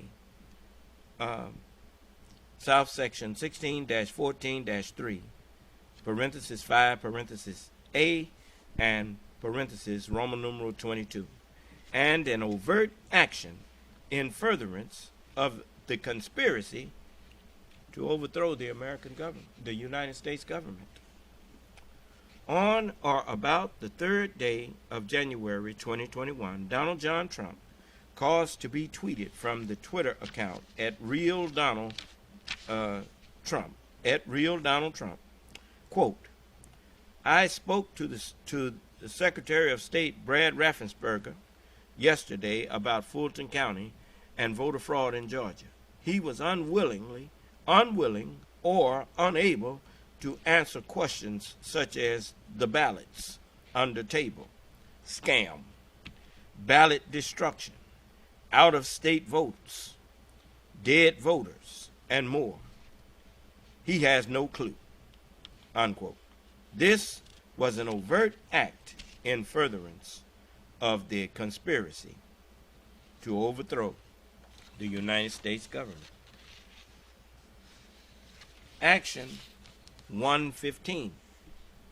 On or about the third day of January 2021, Stephen Clifford Lee, Harrison William Prescott Floyd, and Trevian C. Cootie placed multiple telephone calls and sent text messages to each other and to other individuals involved in the conspiracy. They include the following. 1. At 7:48 p.m., Harrison William Prescott Floyd placed a telephone call to Ruby Freeman, a Fulton County, Georgia election worker that was unsuccessful. 2. At 7:49 p.m., Harrison William Prescott Floyd placed a telephone call to Ruby Freeman that was unsuccessful. 3. At 7:49 p.m., Harrison William Prescott Floyd placed a telephone call to Trevian C. Cootie. 4. At 7:53 p.m., Harrison William Prescott Floyd sent a text message to Ruby Freeman. 5. At 8:03 p.m., Trevian C. Cootie placed a telephone call to Harrison William Prescott Floyd. At 6. At 8:11 p.m., Harrison William Prescott Floyd placed a telephone call to unindicted co-conspirator individual 23, whose identity is known to the grand jury. 7. At 8:18 p.m., Harrison William Prescott Floyd placed a telephone call to Stephen Clifford Lee. 8. At 8:48 p.m., Harrison William Prescott Floyd placed a telephone call to Trevian C. Cootie. 9. At 9:16 p.m., Harrison William Prescott Floyd placed a telephone call to Trevian C. Cootie. 10. At 9:33 p.m., Harrison William Prescott Floyd placed a telephone call to Trevian Cootie. 11. At 9:50 p.m. Now this is all on January the 3rd. At 9, this number 11. At 9:50 p.m., Harrison William Prescott Floyd placed a telephone call to Stephen Clifford Lee. These were overt actions in furtherance of the conspiracy to overthrow the United States government. Action 116. On or about the 4th day of January 2021, Trevian C. Cootie, having been recruited by Harrison William Prescott Floyd, traveled from Chicago, Illinois, to Atlanta, Georgia, and caused a certain individual whose identity is known to the grand jury to pick her up from a train station in Fulton County, Georgia, for the purpose of attempting to contact Ruby Freeman, a Fulton County, Georgia election worker. This was an overt action in furtherance of the conspiracy to overthrow the United States government. Action 117. On or about the 4th day of January 2021, Trevian C. Cootie traveled to Ruby Freeman's home in Cobb County, Georgia, and attempted to contact her but was unsuccessful. Trevian C. Cootie spoke with Freeman's neighbor and falsely stated that she was a crisis manager attempting to, quote-unquote, help Freeman before leaving Freeman's home. This was an overt action in furtherance of the conspiracy to overthrow the United States government.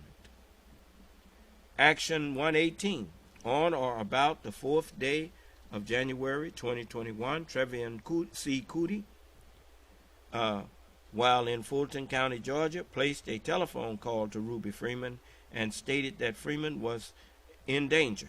Trevian C. Cootie stated that she could help, quote unquote, help Freeman, and requested that Freeman meet with and speak to her that night at a Cobb County Police Department precinct in Cobb County, Georgia. This was an overt action in furtherance of the conspiracy to overthrow the United States government. On or about the 4th day of January 2021, Trevian C. Cootie traveled to a Cobb County Police Department precinct in Cobb County, Georgia, and met with and spoke to Ruby Freeman for approximately 1 hour.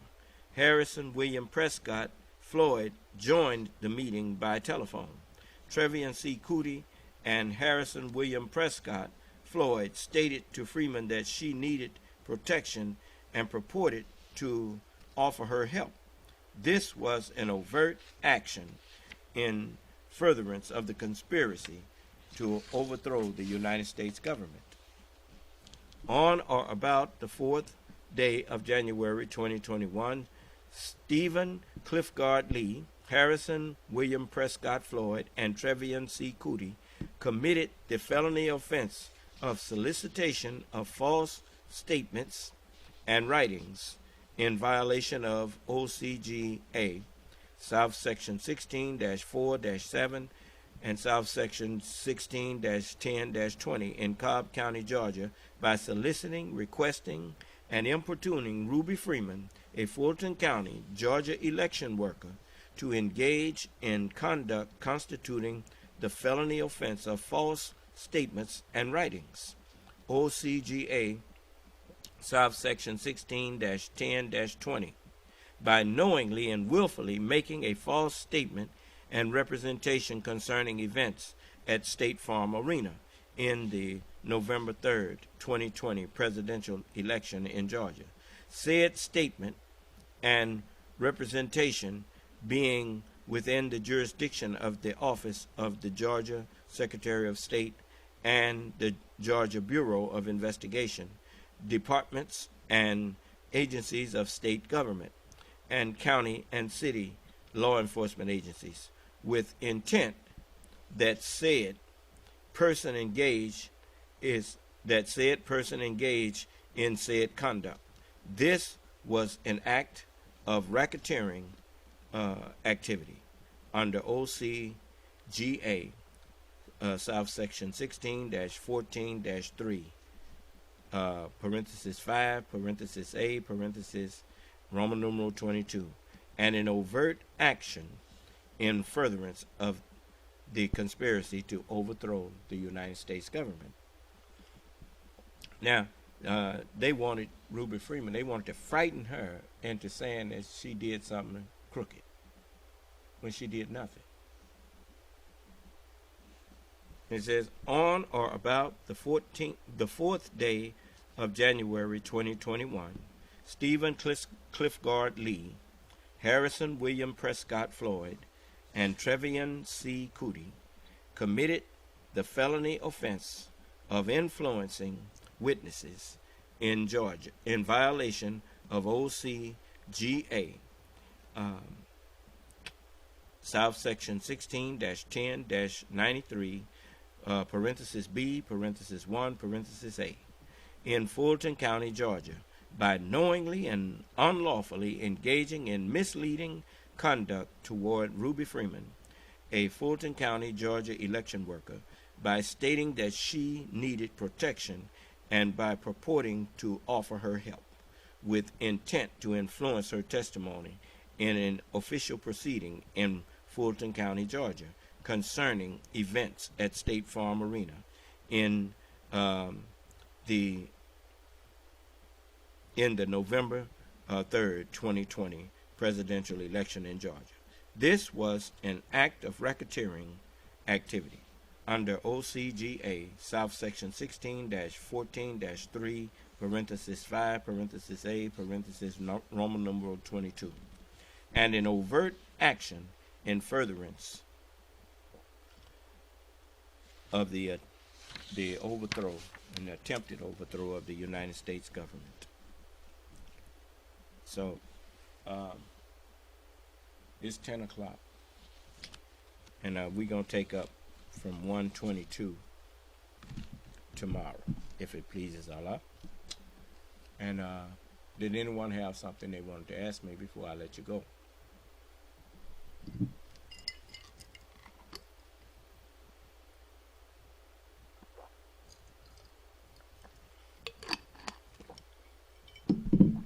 Well, if there are no questions. Oh, by the way, if it pleases Allah, Friday, we're going to have candidates for running for Justice Court Judge. That's Maurice Hudson, and what's the other young man's name? Alfred Galtney. Alfred Galtney. Galtney. And they are going to both be here. And I've decided that it's time for us to stop playing politics and take a lesson from those who know politics. You see white people, they put their candidates out there in front of you. And they ask each candidate questions, and they let the candidates sometimes talk to each other. And that gives you a chance to see who seems to be the most qualified. And I think it's time for us to do that. You know, it's lots of people that I like as a person. But it's not so much as do I like you as a person. It's can you do the job better than the person that you're running against? Do you understand? And that's what we want to know. So don't throw up in my face how long we've been friends. That don't work. We can be friends and we can stay friends. You know, I got people in my family that is family. But I wouldn't just elect them for an office just because they're family. I still need to know whether or not you can do the job. Do you understand? So, all praise is due to Allah. So both Mr. Galtney and Mr. Hudson have agreed to come on, and we will have them here to answer questions that I may ask, and you may ask. But remember this, I'm not bringing them on here for you to insult them. You know, I'm not going to tolerate that. You stick to the agenda. We just want to know about the position of Justice Court Judge. And you keep it on that. And if you can't do that, don't call. Because I'm not trying to ambush nobody. And I'm not trying to make people to embarrass people. No, that's not what I'm here for. It's strictly to give us the insight on who we're going to cast our vote for on Tuesday. We're going to have both the sheriff and the Mr. Bailey, Sheriff Bailey, and we're going to have Mr. Sean, what's Sean's last name? Huh? Sean Jones. We're going to have them on Monday. And, you know, I know both of them brothers. And, you know, and I consider them both as decent men. But now, they can convince us which one should be sheriff. Do you understand? Okay. So until then, and just keep that in mind. We're going to invite them on. And from now on, I think we're going to do this regularly with people that's running for office. You know, I would like to have them to come and utilize their little forum that we do have that will help the community. It will help us to grow up. We think we're supposed to fall out with each other over politics. We ain't got to fall out with each other over politics. Just vote your conscience. Vote for who you think is really the best person and not this old kinship, friendship stuff. Okay? All right. So, any questions?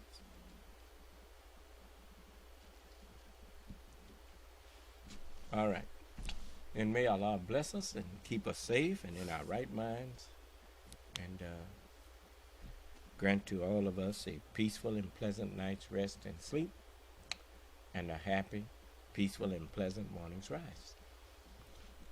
May Allah's salam alaikum.